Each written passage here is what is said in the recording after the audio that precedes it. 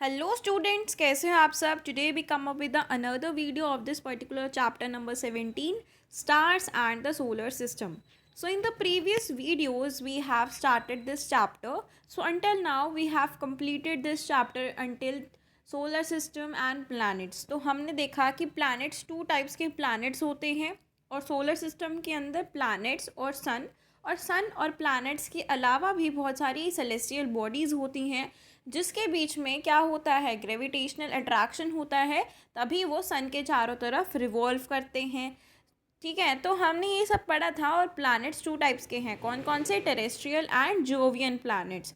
जो terrestrial planets होते हैं वो पहले के 4 प्लैनेट्स होते हैं, क्योंकि उनका जो सरफेस होता है वो कैसा होता है, रोकी सरफेस होता है, सॉलिड सरफेस होता है। और जोवियन प्लैनेट्स कौन से हैं, जो लास्ट के 4 हैं, उनका साइज़ बहुत बड़ा होता है और वो गैसेस से बने होते हैं।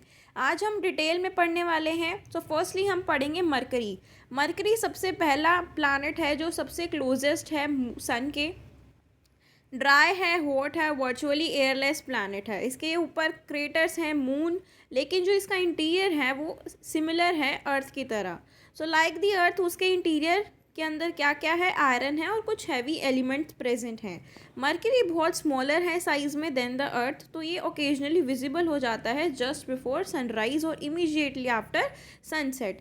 सो hence it is also known as the morning और इवनिंग स्टार, हम इसको कह सकते हैं। तो ये बहुत ज़्यादा पास है सन के, सो इसीलिए ये 88 अर्थ डेज लेता है to go once around the sun. Next planet है दैट इज़ वीनस, जिसको शुक्र कहते हैं। वीनस ब्राइटेस्ट ऑब्जेक्ट है हमारी स्काई के अंदर after the sun and the moon. तो ये ब्राइटेस्ट अपीयरेंस क्यों है, क्योंकि इसकी क्लाउडी एटमॉस्फेयर की वजह से वो रिफ्लेक्ट करता है almost 3/4 of the sunlight falling on it. So Venus क्या है, ऑलमोस्ट सेम साइज़ का है जैसे अर्थ है, लेकिन वो रोटेट करता है relatively slowly around its axis. So ये रोटेट करता है ईस्ट से वेस्ट डायरेक्शन में, लेकिन अर्थ रोटेट करती है वेस्ट से ईस्ट डायरेक्शन में। और इसके पास कोई भी अपनी खुद की सैटेलाइट नहीं है, ना ही कोई मून इसके चारों तरफ घूमता है। वीनस इवन हॉटर है मरकरी से, क्योंकि वो लार्जर रिलेटिवली फार्दर अवे है सन से। So this is because high percentage of carbon dioxide in its atmosphere. Venus के एटमॉस्फेयर में कार्बन डाइऑक्साइड प्रेजेंट है, मीन्स CO2 प्रेजेंट है। तो मतलब CO2 जहाँ भी प्रेजेंट होगी वहाँ पे टेम्परेचर ज़्यादा होगा। So this gas traps most of the sun's heat falling on it. तो वो सारी सन की हीट को अपनी तरफ ट्रैप करती है, खींचती है। So this is due to the green house effect. Green house effect की वजह से ऐसा होता है। सो वीनस को हम क्या कहेंगे, is also known as morning और इवनिंग स्टार, क्योंकि वो यूजुअली विजिबल हो जाता है इन टाइम्स में, और इसको हम फेजेस लाइक मून से भी हम देख सकते हैं। तो आपके पास क्या है, एक एक्टिविटी है, आपको लोकेट करना है वीनस को नाइट स्काई के अंदर। Find out from newspaper, internet when Venus would be visible in night sky. उसको आपको देखना है 2-3 घंटे के लिए, ऑब्जर्व करना है। How can we identify Venus against the background of stars. तो सम ऑफ द फीचर्स जो हम देख सकते हैं कि प्लैनेट्स ट्विंकल नहीं करते, लेकिन जो प्लैनेट होता है वो क्लोज़र होता है हमसे, स्टार से ज़्यादा क्लोज़र होता है और अपीयर्स लाइक अ डिस्क। लेकिन जो स्टार्स हैं वो डॉट्स की तरह हमें दिखते हैं। प्लैनेट्स उनकी रिलेटिव पोजीशन चेंज करते रहते हैं और appear to move against the background of stationary stars. So आपको इफ़ पॉसिबल तो आपको ऑब्जर्व करना है टेलीस्कोप से वीनस को। You may get the help from the elders in your family neighbourhood. उसकी ऑब्जर्वेशंस का आपको स्केच ड्रॉ करना है, और अपने स्केचेस से आपने क्या कंक्लूड किया, तो वीनस क्या करेगा, फेजेस को शो करेगा जैसे कि मून शो करता है। अब हम चलते हैं नेक्स्ट प्लैनेट पे, दैट इज़ अर्थ, जो हमारा प्लैनेट है जिसको हम पृथ्वी कहते हैं।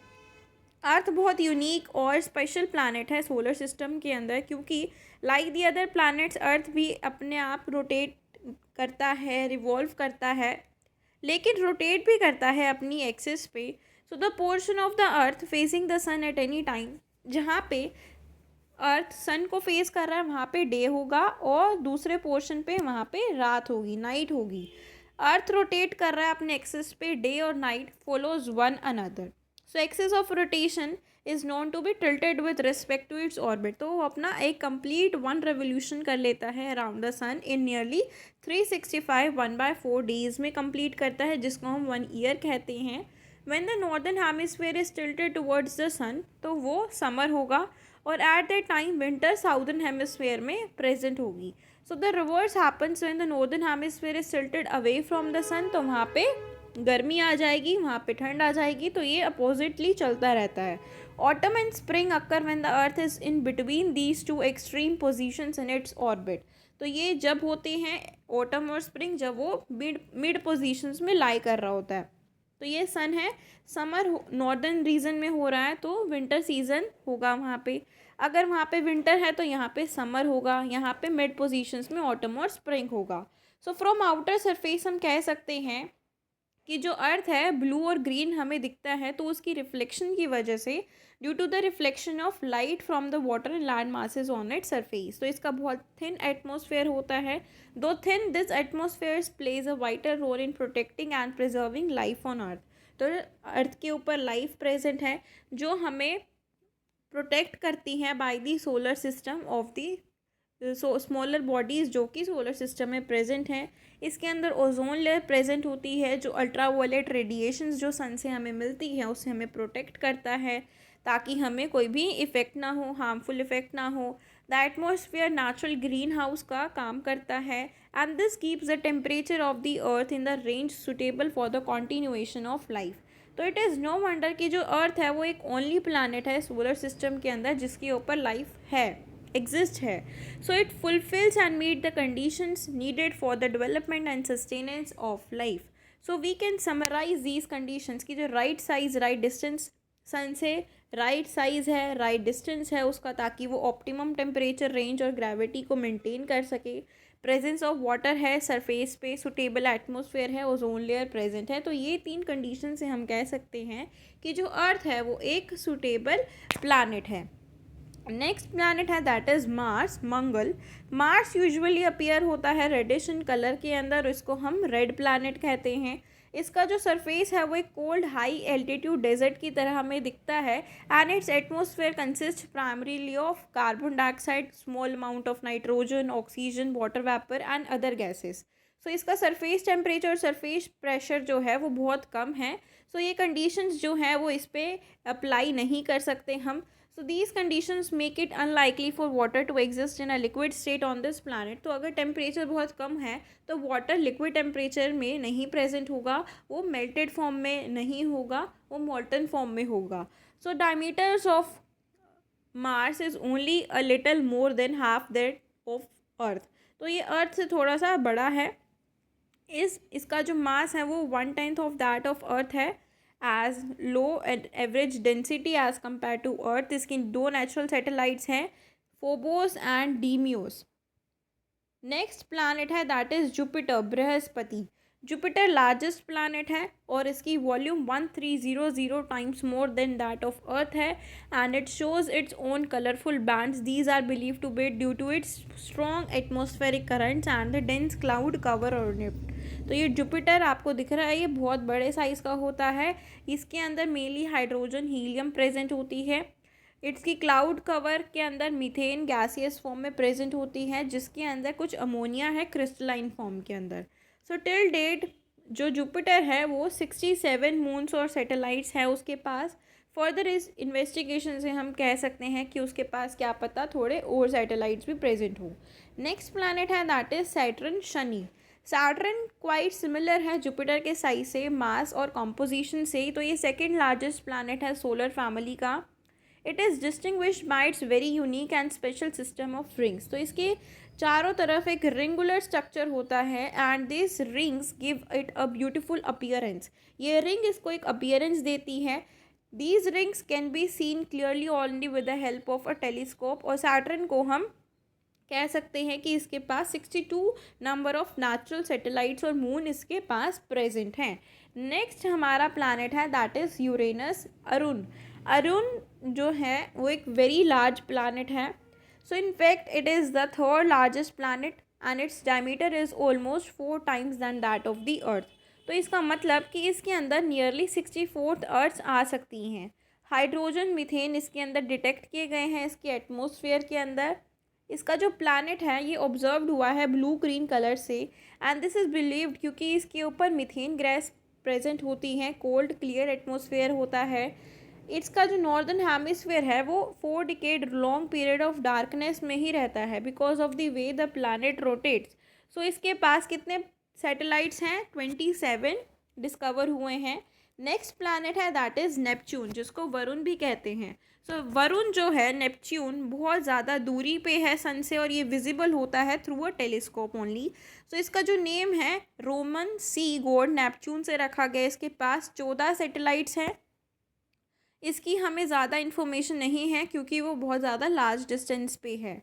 नेक्स्ट टॉपिक है हमारे पास minor bodies in the solar system. So minor bodies कौन कौन सी हैं सोलर सिस्टम के अंदर वो देखते हैं। So apart from sun 8 planets कुछ ऐसी कुछ बॉडीज़ होती हैं जो कि प्रेजेंट होती हैं, एस्टेरॉयड्स, मेटेओर्स, कॉमेट्स। तो इनके बारे में हम डिटेल में पढ़ते हैं। So first is asteroids. ये बहुत छोटे छोटे प्लैनेट्स होते हैं, इनको हम प्लैनेटॉइड्स भी कह सकते हैं, जो कि फाउंड होते हैं mainly in a belt between orbit of Mars और जुपिटर के बीच में ये प्रेजेंट होते हैं। Each asteroid has its own orbit, इनका खुद का ऑर्बिट होता है taken together. The orbits are of all them spread over a large distance, जिसका एक बैंड बना देते हैं। ये एस्ट्रोनॉमर्स ने डिस्कवर किया 500 एस्टेरॉयड्स से भी ज़्यादा उन्होंने डिस्कवर किया जो लार्जर हैं, 48 किलोमीटर इन डायमीटर से भी ज़्यादा है। सीरीज़ एक लार्जेस्ट एस्टेरॉयड है जो अभी तक डिस्कवर हुई है। नेक्स्ट है कोमेट्स। कोमेट्स क्या है? कोमेट्स का मतलब है hairy star. So comets are relatively small और icy celestial bodies revolving around the sun.